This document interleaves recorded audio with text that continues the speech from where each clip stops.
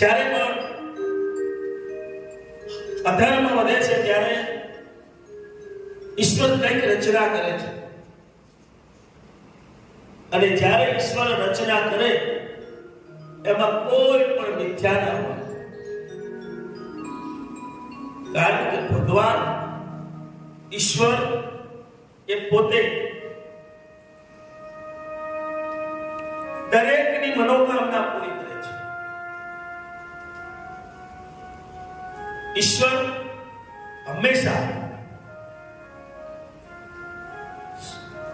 દરેકનું સારું ઈચ્છે કે આ કાળા માથાનો માનવી આ પૃથ્વી પર જન્મ લઈ ખૂબ પ્રગતિ કરે, ખૂબ ભગવાનમય બને. ભગવાન એક વાર જવા દે, બે વાર જવા દે, પણ ત્રીજી વાર જવા નથી દે. એક વાર માફ કરે, બીજી વાર માફ કરે, પણ ત્રીજી વાર ઈશ્વર માફ નથી કરતો. કહે છે કે જે કોઈ વ્યક્તિ પોતાની જાતને હમ સમજે કે હું રાજા છું અને હું રાજા છું, હું કહું એટલું તમે કરો, તે રાજ્યમાં રહેવું આપણા માટે યોગ્ય નથી.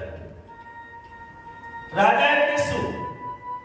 તો રાજા એટલે પ્રજાની સેવા, પ્રજાનું કલ્યાણ, એને કહેવાય રાજા. અને આપણે અત્યારે આપણા દેશની અંદર આપણે આ નેતાઓને ચૂંટીને લાવીએ છીએ, તેમની સેવા કરવાનું કામ છે.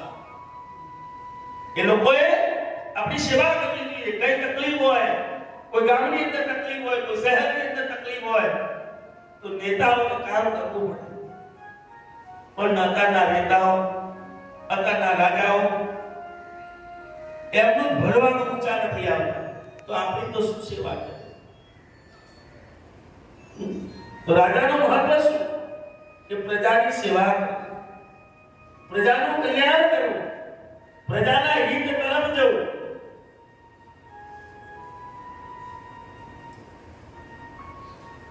કહેવાનો ભાવ કે જ્યાં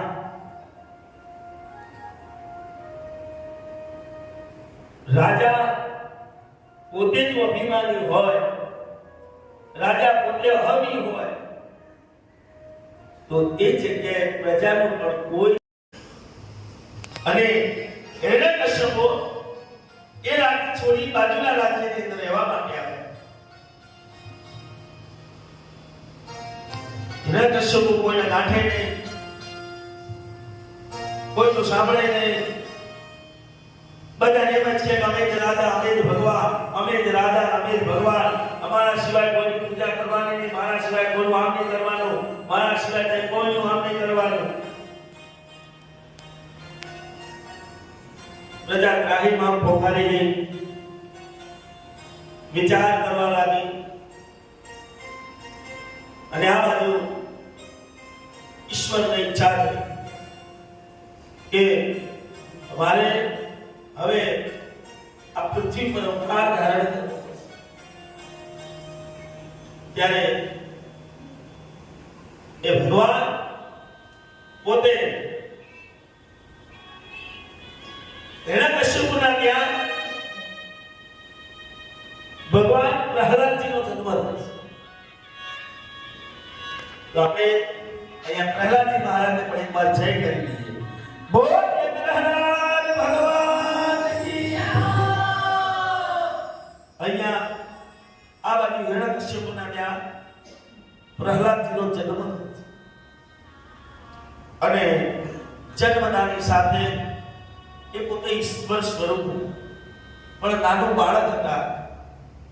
એટલે જેમ જેમ જેમ ખબર પડી તેમ એ ગામની અંદર ફરવા માટે નીકળે, બાજુના ગામની અંદર જાય અને ત્યાં બધા છોકરાઓને ભેગા કરે અને શીખવા કે આપણે નારાયણ શબ્દ વાપરવાનો, નારાયણ શબ્દનો જપ કરવાનો. આ જગતની અંદર ઈશ્વર છે. આ હિરણ્યકશ્યપ ઈશ્વર નથી, એ ભગવાન નથી.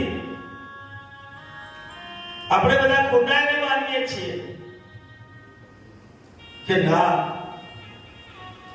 પેલા બધા એની જોડે જોડે જે ફરવા વાળા મિત્રો હોય એ બધાને શીખવાડે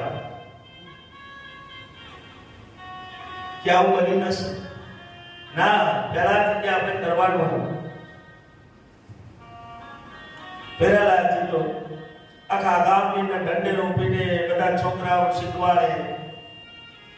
એના કશ્યપોને ખબર પડી કે પહેલા એ આપણા ગામની અંદર પ્રચાર કરે છે કે આ પોતે ભગવાન નથી. હિરણ્યકશ્યપોને કહે છે કે આ ભગવાન નથી, ભગવાન તો ઉપર છે, ભગવાન મારા દિલમાં છે. આખા ગામની અંદર એકની એક જ વાત, બસ નારાયણ નારાયણ નારાયણ નારાયણ.